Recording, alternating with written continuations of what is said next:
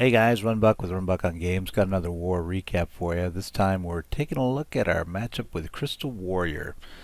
And sadly, as you can see, they rolled us 88 to 77. So I was going to go to the war results. You can see there that we were outclassed in a variety of ways. It was a random match, so there was some inequalities, but that did not make up for just getting stone cold rolled at Town Hall 9 primarily was the biggest gap, and then we actually won at Town Hall 11, but Town Hall 10, I think we lost. I don't remember. We'll find out. But as always, we have a few attacks we want to show. A lot of voting this war. I think people were highly amused by the attacks. So, and they actually named a new one called the Boner.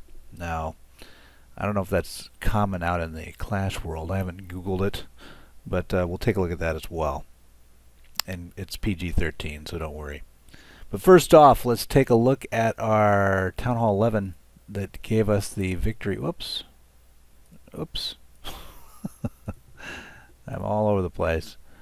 Alright, so let's take a look at the Town Hall 11 W. There's my 3-star on them that gave us that win.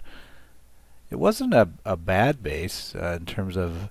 Really, it was just exploiting a weakness that I saw. So what you'll see me going after here is with miners, if you can create a channel, if you will, if you can separate the base into halves and then work one half and then loop around, you often will have a lot better success because the miners spend more time underground than above ground because they'll pop up, they'll break the wings down, they'll pop down. So maybe, you know, it might be like 30% or 40% of the time they're even exposed to being shot, and the rest of the time they're being healed. So it's almost the perfect combination you want to see with miners. You want really a lot of miners on one target so that they're very quickly up and then down again. And that's what I was getting here in that result. Now what really made that happen though was that initial movement by the king. It actually did better than I thought. I was just wanting the king to kind of come over this way.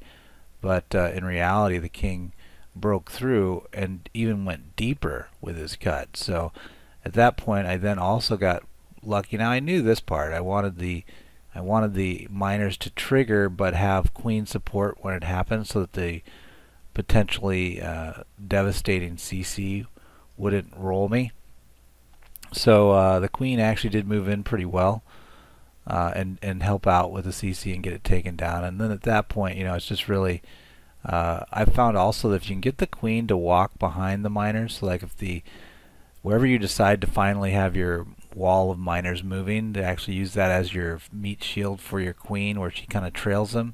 This base really, and maybe this 3-star is partly due to the layout. It might be a bad design because it really allows the queen to walk around, get pretty deep, and really have access to all the base while a small set of miners protect her. And you see there's really no miners even left, and now she's got to walk a hell of a long way back all the way around.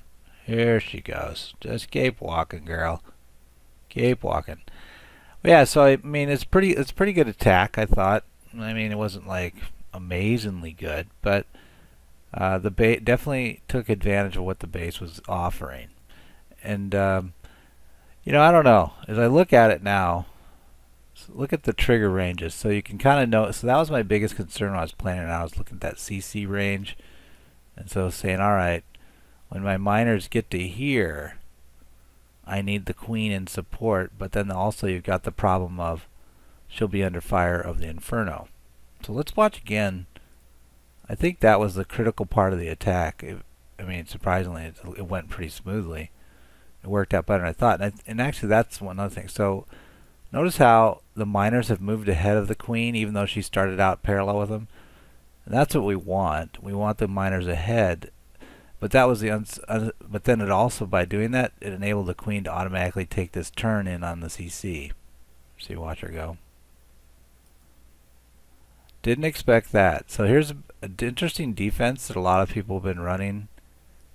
Is this golem in the CC, you know, to basically again do to the miners what you don't want, which is have it come out, so the CC would come out and then be in range of the Inferno, and the miners are left up to be exposed to fire. Now the only weakness of this Golem CC here with this base design is you want it to, that golem to be surrounded by supporting defenses while the miners are messing with it.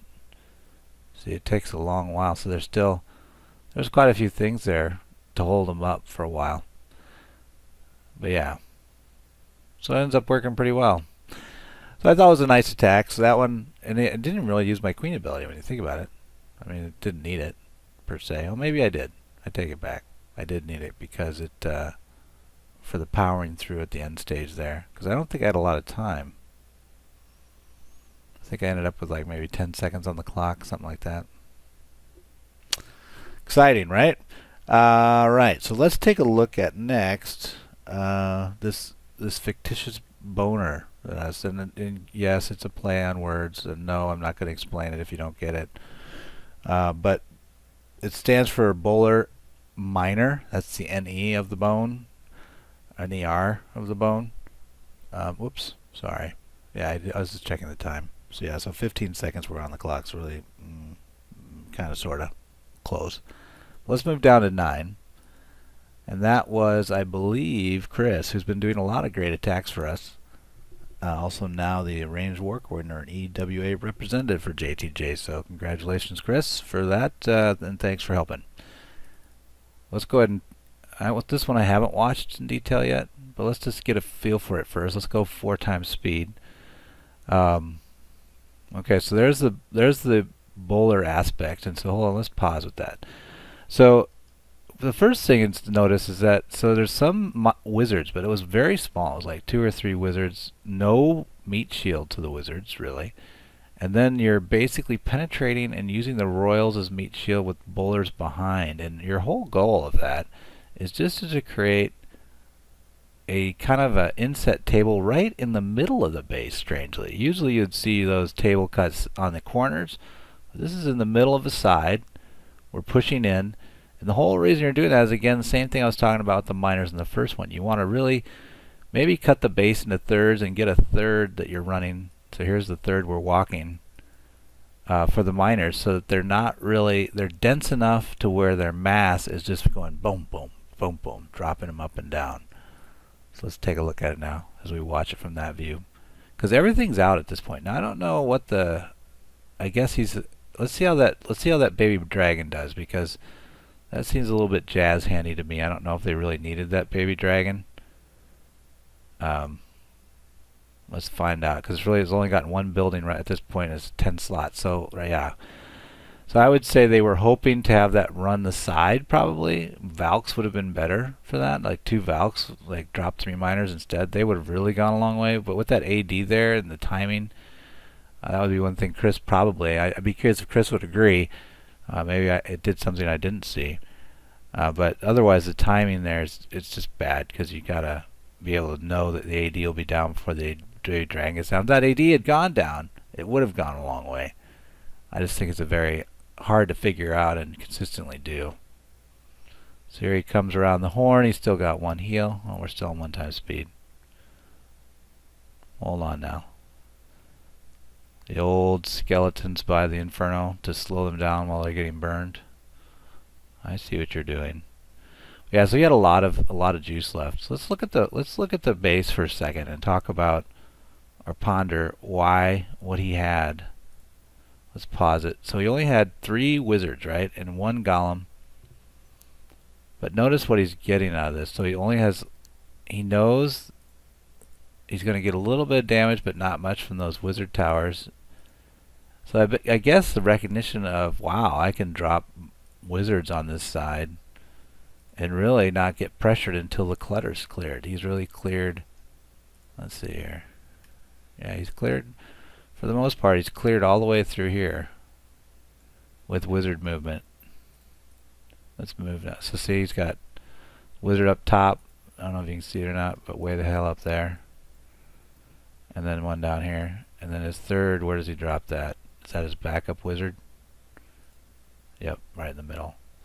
So he's got the cut, and then he drives the core. So you got to think of different ways to have because you're trying to save as many slots as you can for the minor push that comes next. So you got to be really cheap. You know, you might use like a king drop that kind of walks in. He really didn't need to use a wizard on this side. A king drop would have cleared this side similarly.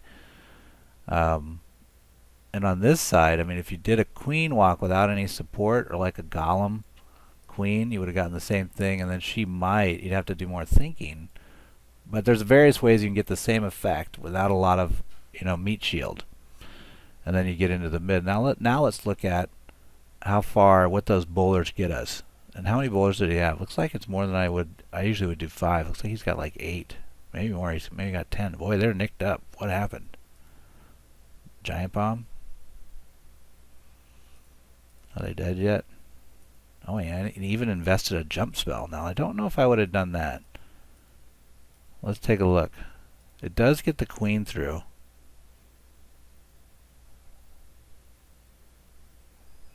Yeah, okay.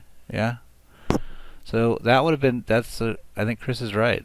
While the jump spell to me felt initially a little too much because I felt they would die too early, what it did do is the queen carried through and was able to do a lot of damage.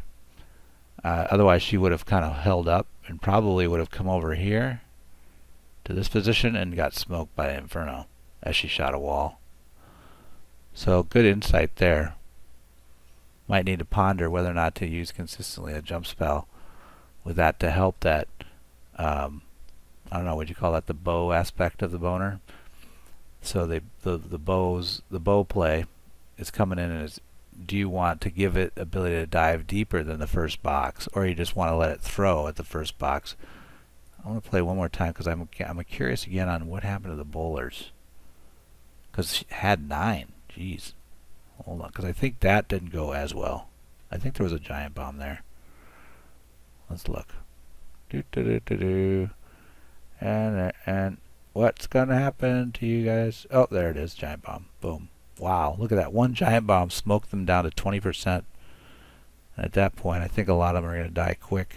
Boom, boom, boom. Yeah, there's only one bowler. 2 bowlers are left now. They're both, so yeah, so that bowler play really did not get the value that they wanted. That the 2 giant bombs really smoked them.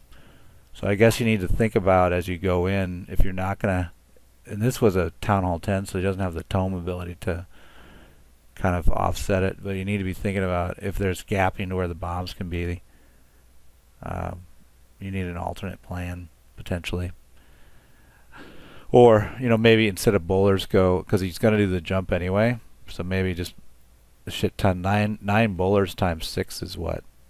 54? You could have had like a gazillion wizards just plowing that part of the base, because he really didn't have a lot of supporting mortar fire, and the wizards were there, but you could have powered through that maybe, because they would have been locked on the golem. So wizards on that play might have been a lot more interesting maybe, or less risky anyway, or pre-triggering the bombs with like run ahead, I don't know, something like that, waiting a little longer with the bowlers perhaps.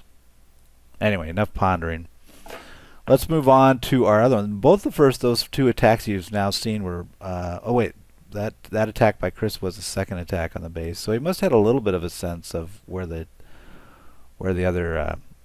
giant bombs were.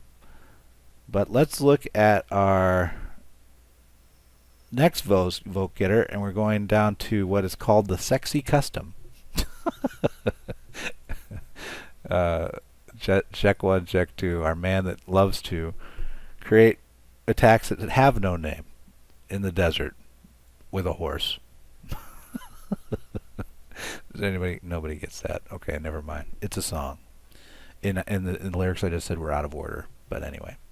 So let's go ahead and take a look at this. Every time I watch Check's attacks, it motivates me to create the matrix, but then I wake up and realize I have a job.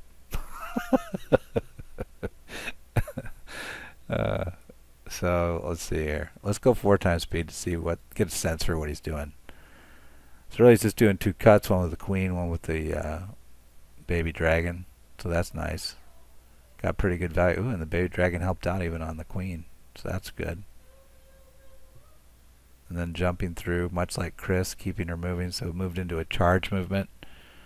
And then he took the dragons off the edge with some, a loon haste. Rarely seen, but nicely done. So he cleared that, and then that allowed his dragons to rotate around. So really a very nice assembly of techniques there in that attack. So let's go back now and look at that at base. We'll pause it for a second. So I mean, it's the baby dragon play was obvious, right? You got basically no AD support anywhere near this and all this heavy duty stuff. So to put that down, he was probably worried a little bit. This was the 6th attack on the base, so he had plenty of insight onto what was there. I don't know if any air had hit it yet, but so but I mean, it's definitely something you want to try when you see that you've got that nice lot of health you need to burn down and nothing really pressing it. You can't argue with that. So, and it really would only get 3. But anyway, so then the queen moving across, that was really more about the AD. So the AD's being exposed. He knew that he could walk backwards and then come into this box, which then would also get in position for this. The expos seem to be down, if I can tell correctly. And then he just did 2 loon plays with hastes against those other ADs, and then looked at you could see from the flow of the base, the thing you want with dragons is kind of like miners, where they don't burn down fast enough. You'd like them to stay together and kind of move in a pack together. And this base really provides that. And he doesn't have a lot of DPS to work this other part down. It's surprising this base lasted as long as it did as a Town Hall 9. With the level 1 expos being down and such. Must have been very anti-ground, like anti-Valk, anti-Bollard stuff. EG, blah blah blah. Oh yeah, and then also the king does a nice job of, if he gets ahead of that dragon, but he didn't really need it anyway. You always gotta like those haste loon plays. They're just kind of pretty, I think. They take out, they're just so boom. 2 per and you're done. So nice attack. So for the bonus round, I know ChessCheck wanted to be in the bonus round, but sadly you had too many votes, so you can't be in the bonus round. The bonus round will be a old hog action. Fresh attack. Same attack was used both on 14 and 15. Let's see here. You Tiger. Yep. So let's take a look, because I haven't seen the we'll do it 4 times and then we'll come back. So 2 golems on the flanks, 1 up the middle. Wow, look at all those Teslas. And this is a fresh attack, so he's probably like, oh, that's interesting. How perfectly placed for me. With all those golems running around against the core of their DPS, which is probably just, it was supposed to be a trap base, but trap unfoiled. Unfoiled, is that even a word? Don't know. Don't know. Oh, it's closer than I thought. It's not like he rolled. He had his queen and a wizard left. So 16 hogs. Yep, and 1 jump. 3 bowlers. Let's take a look again and see why I would think that. So the three golems. Yeah, you can see, where is the other? I'm trying to get a sense for, he can lock up 1 expo. He gets the royals down, and then he gets a nice arc. Now, why would he think? Although the golems, he was hoping to get that golem to lock that. He didn't expect that Tesla there, though. So that was a little bit of a surprise. That made a little more work for him. Oh, the bowlers did a nice job on the queen. So really, in terms of like walking into the teeth of the base defense on a fresh attack, it worked out pretty well for him.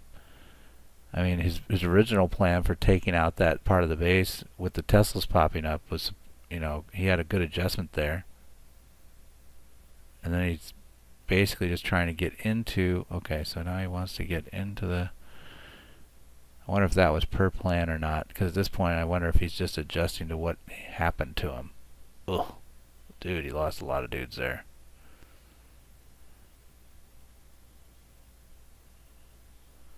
So the one thing that went well for him Now that I'm looking at it, okay, so I see it. So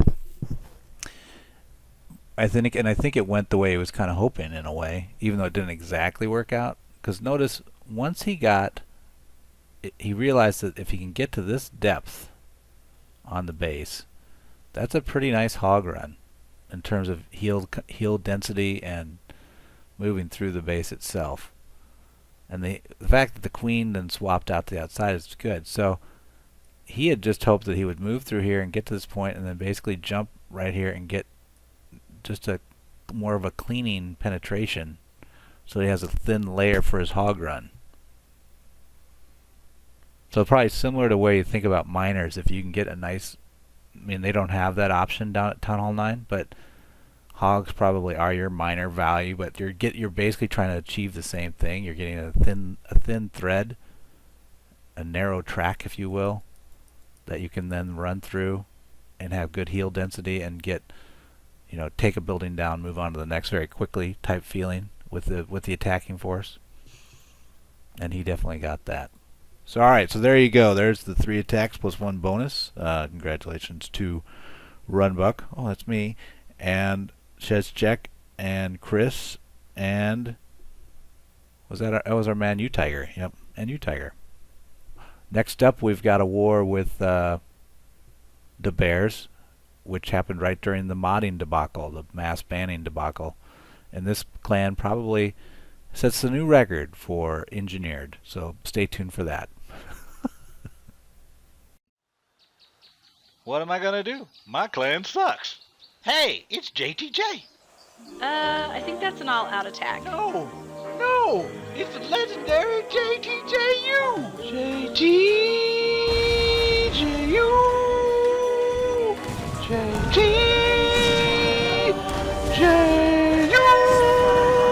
What? I like Wryhorn.